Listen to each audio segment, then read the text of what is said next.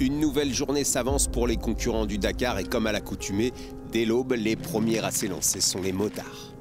Avec des stratégies et des objectifs différents selon leur position. Je vais essayer ces prochains jours de récupérer un peu de temps que j'ai perdu lors des jours précédents.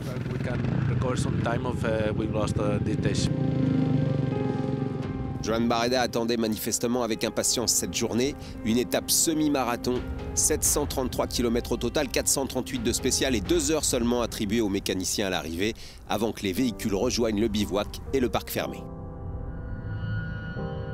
Un parc fermé dont Sam Sunderland doit encore rêver.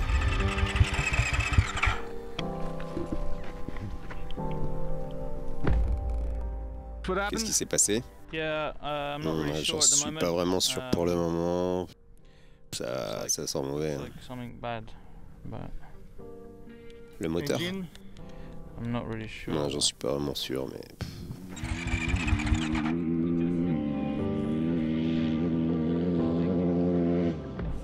Pour l'instant, je peux pas continuer. Ça gasse à l'arrêt, 11 km seulement après le départ. Sam Sunderland, double vainqueur de l'épreuve en 2017 et 2022, est contraint, comme l'année dernière dès la première étape, d'abandonner sur casse-moteur. Il n'a fini aucun de ses 5 derniers rallyes. Fémur, poignet et péroné cassés l'année dernière, Kevin Benavides a aussi connu des coups durs, mais ça va mieux. J'ai commencé à me concentrer sur ma navigation, car hier j'ai eu quelques problèmes. Je suis content du rythme et de la vitesse. Je pense que j'ai fait du bon boulot. C'est le moins qu'on puisse dire, puisque l'Argentin remporte l'étape du jour, sa 8e victoire sur le Dakar. Il a bénéficié de la pénalité donnée à Quintanilla pour excès de vitesse. Si tout s'est bien passé pour Kevin, son frère Luciano, champion du monde en titre, s'est un peu égaré, lui. Ouais, la navigation de la première partie était vraiment délicate. Je me suis perdu à un moment donné, j'ai perdu quelques minutes. Ouais, c'est comme ça. Maintenant, il faut repartir et faire mieux. Ricky Brabec a également commis quelques erreurs de navigation, mais perdu très peu de temps. On a roulé du mieux qu'on pouvait. C'était une longue journée, c'est sûr, mais on est à l'arrivée et je suis heureux, vraiment heureux de prendre le départ de l'étape 4 demain. Et lorsqu'il est heureux, Ricky, deuxième du jour, il le montre. À l'arrivée, l'humeur était plus sombre pour Joan Barreda, après avoir vu son coéquipier au guidon d'une Hero, Sébastien Bueller, à terre et contraint à l'abandon. C'est dommage pour Sébastien. Il a chuté, je l'ai vu au sol. J'espère qu'il n'est pas blessé sérieusement et qu'il va vite récupérer. Comme une dune, les trajectoires des concurrents sont faites de haut et de bas. Pour Adrien Van Beveren, aujourd'hui, c'était le haut. 3e de l'étape, le Français est 5e au classement général. Vraiment difficile, je dirais, en termes de navigation. Il y avait beaucoup de navigation aujourd'hui. Sinon, c'était varié. Certaines parties étaient rapides, d'autres plus lentes et délicates, surtout à la fin.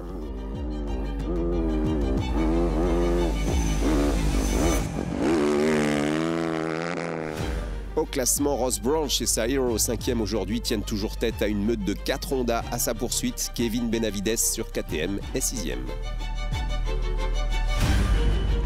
Double tenant du titre en quad, Alexandre Giroud a renoué avec la victoire sur le Dakar lors de cette 3e étape et a récupéré au passage 27 minutes au général. Il revient dans les roues des 3 premiers.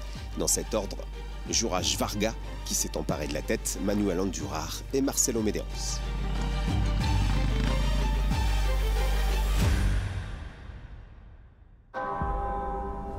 Depuis dimanche, les concurrents sont face à ce qu'ils sont venus chercher, du sable et des dunes. C'est mon premier test de dune, ma première dune en voiture.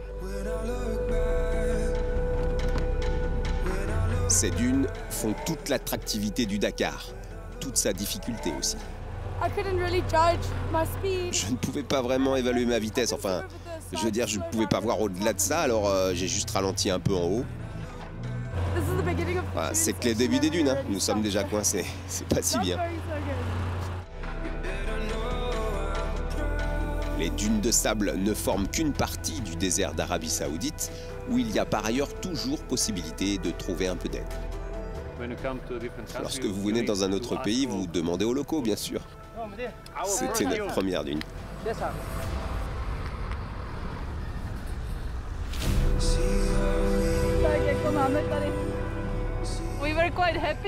On était assez heureux, ça allait bien, sans problème.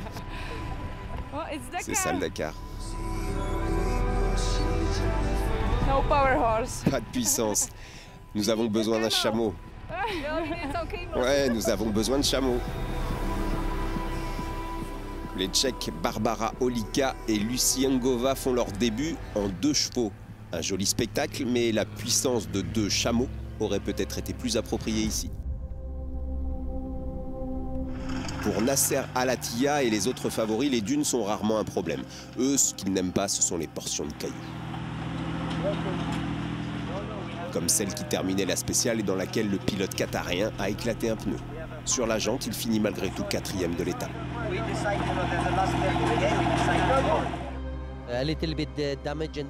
La voiture est un peu endommagée à l'arrière gauche, mais bon, nous sommes toujours bons pour le service et les mécaniciens peuvent réparer. On est ok, pas de problème.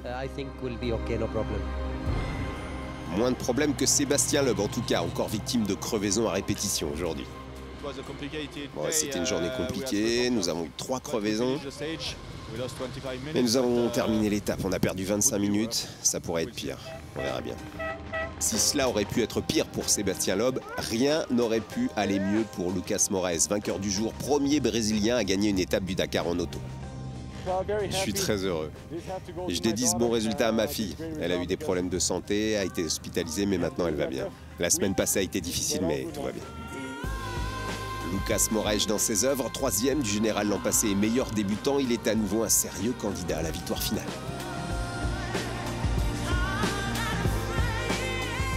Vainqueur du prologue, il s'en est fallu d'un rien, d'une roue qui patine pour que Mattias Ekström l'emporte. Le Suédois termine 2e à seulement 9 secondes.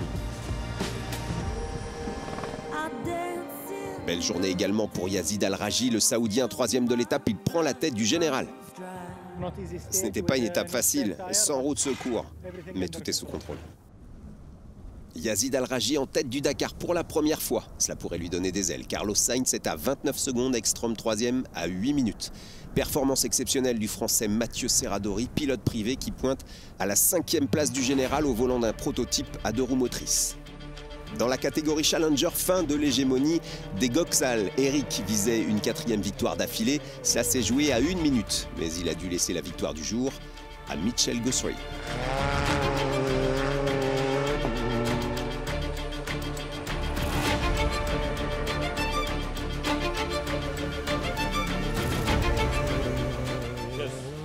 Il suffit d'avoir des journées sans soucis et de franchir la ligne d'arrivée tout en gardant un rythme rapide, bien sûr.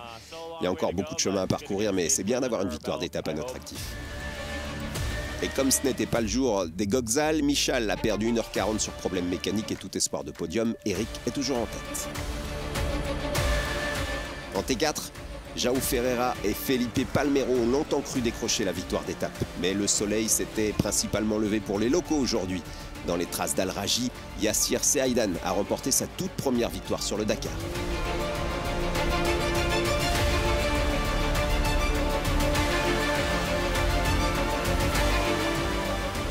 Au général, les Espagnols Fares et Ortega restent en tête avec 15 minutes d'avance sur l'équipage américain constitué de Sarah Price et Jeremy Grant.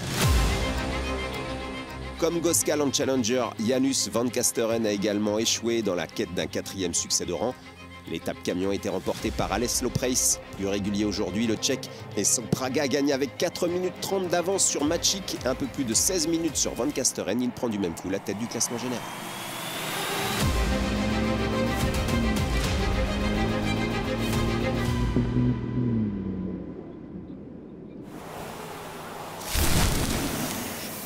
L'aventure se poursuit demain.